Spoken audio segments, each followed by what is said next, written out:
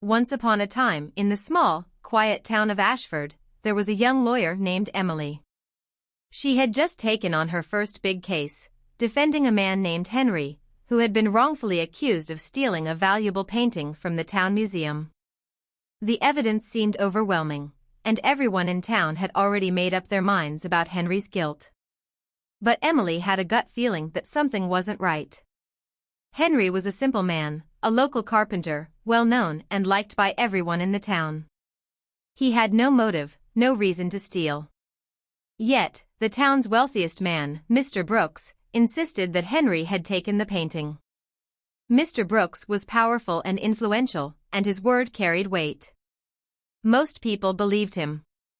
Emily worked tirelessly, reviewing the case files, questioning witnesses, and visiting the museum herself.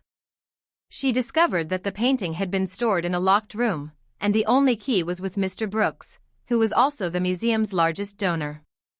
The more she dug, the more Emily began to suspect that Mr. Brooks had set Henry up to take the fall for a crime he himself had committed.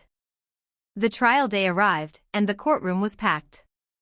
The tension in the air was thick, with the townspeople anxiously waiting to see if justice would be served.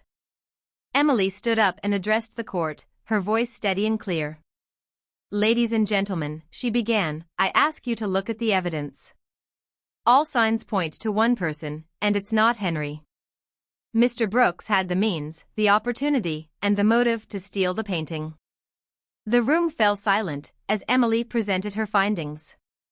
She revealed that the key to the museum's locked room had gone missing the night before the painting was stolen, and traces of Mr. Brooks' fingerprints were found on the frame of the painting.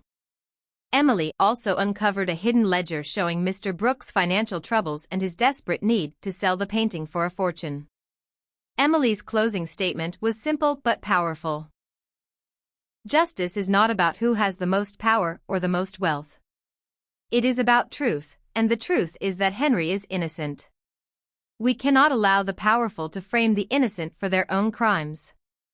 The jury deliberated for what felt like an eternity, but in the end, they returned with a verdict of not guilty for Henry. The town was in shock as the truth came to light. Mr. Brooks, the real thief, was arrested, and the stolen painting was returned to the museum. In the end, Emily proved that justice wasn't just a concept for the courtroom, it was a force that could overcome even the strongest of lies and the richest of men. And while Henry's name was cleared, the town of Ashford learned a valuable lesson: never let power silence the truth.